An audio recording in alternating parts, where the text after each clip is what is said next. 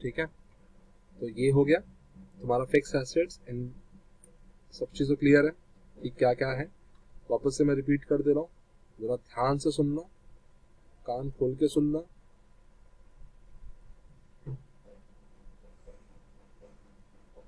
Okay, वापस बोल रहा हूँ। सबसे पहले आता है अपना सोर्सेस ऑफ फंड। क्या बोलते हैं? Sources of fund. Source of fund में क्या क्या आएगा बताओ? सबसे पहला क्या आएगा तुम्हारा? Share holder fund. Share holder fund जिसको हम लोग क्या बोलते हैं? Owner fund, right. अभी इसमें क्या आने वाला है? शेयर होल्डर फंड में या ओनर फंड में क्या आने वाला है बताओ? यस, इसमें क्या आने वाला है? इसमें पहले आएगा तुम्हारा शेयर कैपिटल। क्या आने वाला है? Share capital. और शेयर कैपिटल में दो है, इक्विटी शेयर कैपिटल और प्रेफरेंस शेयर कैपिटल। ठीक है, शेयर कैपिटल में क्या ऐड करते हैं अपन? शेयर कैपिटल में अपन ऐड करते हैं reserve and surplus. Reserve and surplus. और क्या लेस करते हैं? तो लेस करते हैं फिक्टिशियस एसेट्स। ठीक है, ये हो गया शेयर होल्डर में ओनर फंड। और फिर आता है अपना बोरोड फंड। ठीक है, बोरोड फंड में क्या आने वाला है? तो बोरोड फंड में आने वाला है अपना बैंक लोन हो गया, डिबेंचर्स हो गए। ये बेसिकली ये बोरोड फंड जो होता है ना, ये लॉन्ग टर्म फंड होता है। ठीक है, वो पैसा जो तुमने लंबे टाइम के लिए बोरो किया है। ठीक है, ये थोड़ा ध्यान रखना। मतलब वो पैसा जो तुमने लंबे टाइम के लिए बोरो किया ना, बस वही पैसा यहाँ पे रिकॉर्ड करना। अगर कोई शॉर्ट टर्म आया ना, तो उसको किधर रिकॉर्ड करने का? करंट लायबिलिटी के अंदर। तो ये ध्यान रखना ये बात पे। कोई भी लायबिलिटी जो शॉर्ट टर्म के लिए है, कोई भी लायबिलिटी जो शॉर्ट टर्म के लिए है, उसको तुम लोग करंट लायबिलिटी में रिकॉर्ड करोगे। कहाँ रिकॉर्ड करोगे? Current liability. ठीक है, तो ये ध्यान में रखना। ये हो गया सोर्सेज ऑफ फंड, राइट। अब अपन सोर्सेज ऑफ फंड के बाद में क्या करने वाले? सोर्सेज ऑफ फंड कंप्लीट हो गया ना, इनको मिलाने पे क्या बनेगा तुम्हारा? Source of fund. अब इसके बाद अपन देखते हैं एप्लीकेशन ऑफ फंड। पैसा आ गया, लेकिन उसको यूज कहाँ पे करने का? Application of fund. ठीक है, अब ये एप्लीकेशन ऑफ फंड जो है, उसमें क्या क्या आने वाला है? इसमें सबसे पहला आएगा तुम्हारा फिक्स एसेट्स। फिक्स एसेट्स, ठीक है। फिक्स एसेट्स के बाद में क्या आएगा? इन्वेस्टमेंट। और तीसरा क्या आएगा तुम्हारा? अब इसमें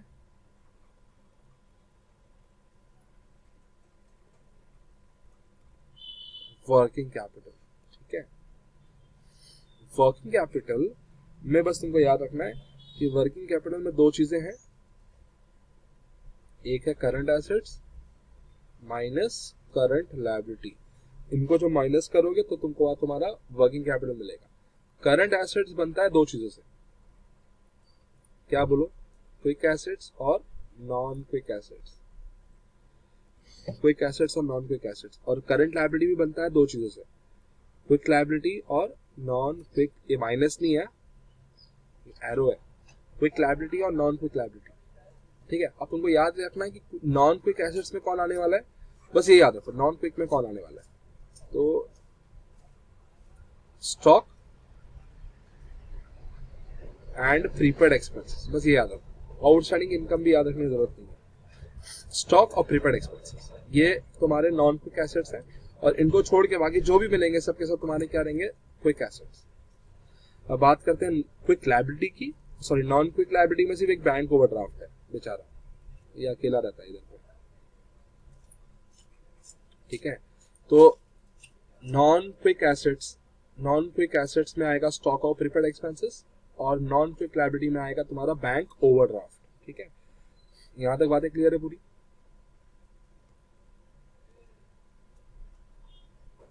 सर अगर कोई शॉर्ट टर्म इन्वेस्टमेंट है तो कहाँ रिकॉर्ड करने का? शॉर्ट टर्म इन्वेस्टमेंट को अपन इधर पे करंट एसेट्स के अंदर, क्विक एसेट्स के अंदर रिकॉर्ड करते हैं, शॉर्ट टर्म इन्वेस्टमेंट। ठीक है, हाँ, बट अगर लॉन्ग टर्म इन्वेस्टमेंट है तो ये इन्वेस्टमेंट के अंदर जाएगा। तो इन्वेस्टमेंट के अंदर बेसिकली सब लॉन्ग टर्म ही जाएंगे। ठीक है, इसका मतलब तो ये चीज क्लियर होती है। इसका मतलब तो बहुत सिंपल है कि वर्किंग कैपिटल में सभी चीजें शॉर्ट टर्म के लिए होती हैं। एक चीज तो ये तुमको पता चली गई होगी अभी तक में, राइट?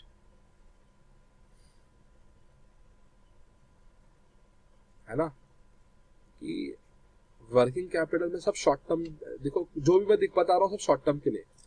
मैंने बोला यहाँ पे लॉन्ग टर्म लोन रहेगा तो बोरोड फंड में, लेकिन अगर शॉर्ट टर्म लोन है तो करंट लायबिलिटी। सेम यहाँ पर भी लॉन्ग टर्म इन्वेस्टमेंट है तो एसेट्स, ठीक है, बट अगर शॉर्ट टर्म है तो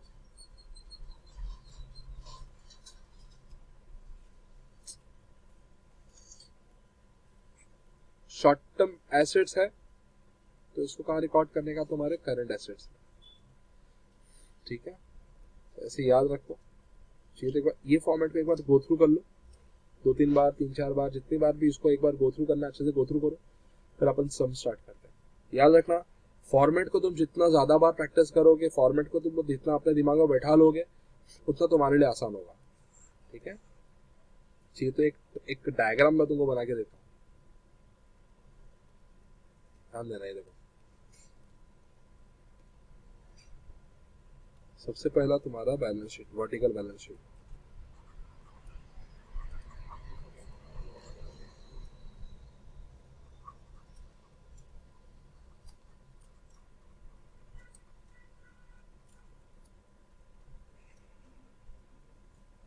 ओके, तो वर्टिकल बैलेंस शीट में दो चीजें हैं,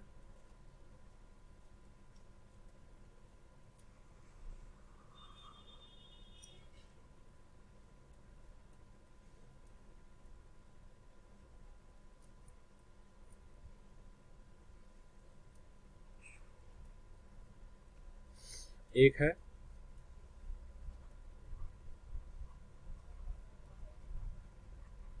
सोर्सेस ऑफ फंड,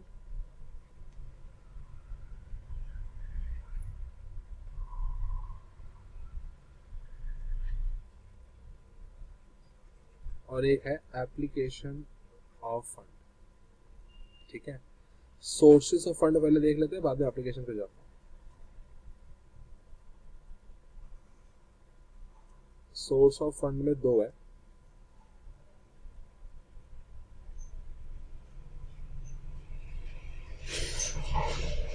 एक है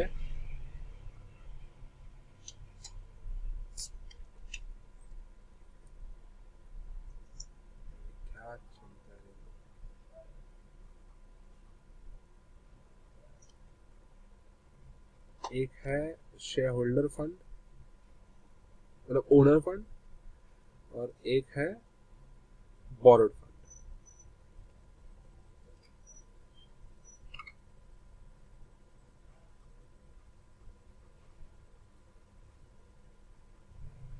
ठीक है। शेयर होल्डर फंड में क्या क्या आने वाला है, शेयर होल्डर फंड मतलब कैसे बनेगा, तो ये 3 चीज से बनता है।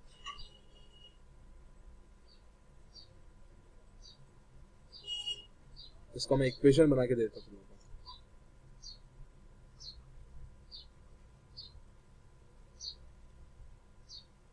Share capital plus reserve and surplus minus fictitious assets, ठीक है।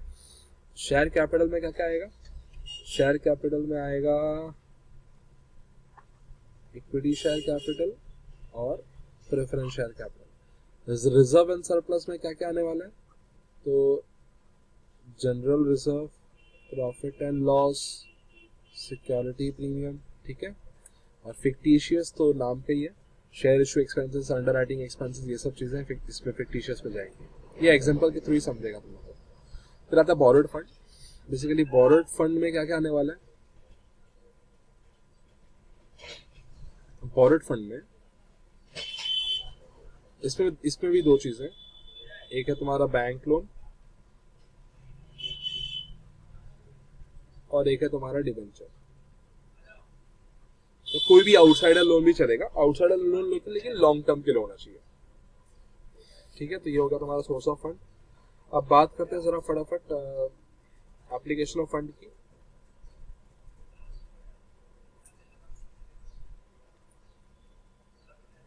एप्लीकेशन ऑफ फंड बनता है 3 चीजों से।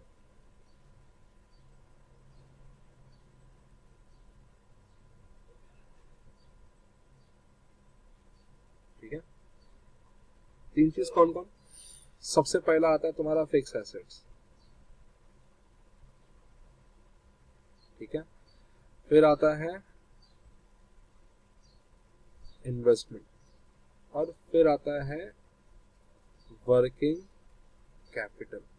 ठीक है, फिक्स एसेट बताने की जरूरत नहीं है। All those asset which are fix in nature, land and building,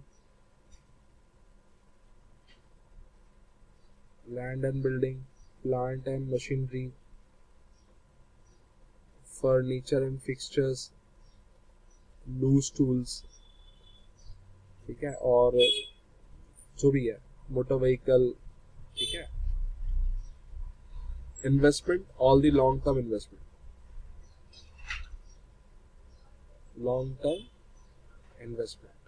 जैसे 8% गवर्नमेंट बॉन्ड,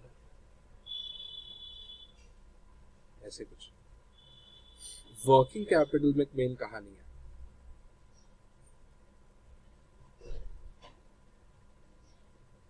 वर्किंग कैपिटल बनता है बेसिकली क्या? Current assets minus current liability से। और ये करंट एसेट्स बनता है 2 चीजों से। करंट एसेट्स बनता है क्विक एसेट्स और नॉन क्विक एसेट्स से। इनको मिलाने पे, इनको जो प्लस करते हैं क्विक एसेट्स को, मतलब देखो इधर कुछ ऐसा नहीं कि बस प्रेजेंटेशन का तरीका है। करंट एसेट्स को बस रिकॉर्ड करते हैं क्विक और नॉन क्विक, मतलब दोनों को बस बाइफरकेट करते हैं हम लोग। बेसिकली ऐड ही करके लिखेंगे, बस बाइफरकेट करना मतलब अलग दिखाना, ये क्विक है और ये नॉन क्विक है। ठीक है, और same goes for current liability also, quick liability and non quick liability. तो इनको जब हम लोग ऐड करते हैं तो तुम्हारा करंट लायबिलिटी मिलता है। तो यही current assets minus current liability करेंगे तो तुमको मिल जाएगा वर्किंग कैपिटल। ठीक है, तो ये हो गया एक शॉर्ट ओवरव्यू पूरे वर्टिकल बैलेंस शीट का। ठीक है, आई होप ये चीज तुमको समझ में आ जानी चाहिए, और यही है जो है, समझेगा? आई होप समझ में आ गया होगा आप लोग को। ठीक है, यहाँ पे एक दीवार है, दीवार क्रॉस मत करना है। ये तुम्हारा सोर्सेज ऑफ फंड है, ये तुम्हारा एप्लीकेशन ऑफ फंड है। ये फॉर्मेट को गो थ्रू करो। नेक्स्ट वीडियो से मैं डायरेक्टली सम स्टार्ट करता हूँ। ये फॉर्मेट को जितनी ज्यादा बार गो थ्रू करना है कर लो, जितनी ज्यादा बार देखना है देखो, जितनी ज्यादा बार लिखना है लिख लो, जो करना है कर लो, लेकिन उसको अच्छे से याद रहना चाहिए। समझ गया? इसके अलावा और जो भी रहेगा मैं बताऊंगा। ठीक है, चलो मिलते हैं नेक्स्ट वीडियो में। Next question start, directly question start करने वाला हूँ। तो क्वेश्चन स्टार्ट करने से पहले एक बार फॉर्मेट गो थ्रू कर लेना। बिना फॉर्मेट गो थ्रू के सम स्टार्ट किया तो कहानी फोड़ूंगा आके मैं, सीधा मोबाइल या लैपटॉप में घुसूंगा मारने के लिए। इसलिए फॉर्मेट गो थ्रू करके ही स्टार्ट करना।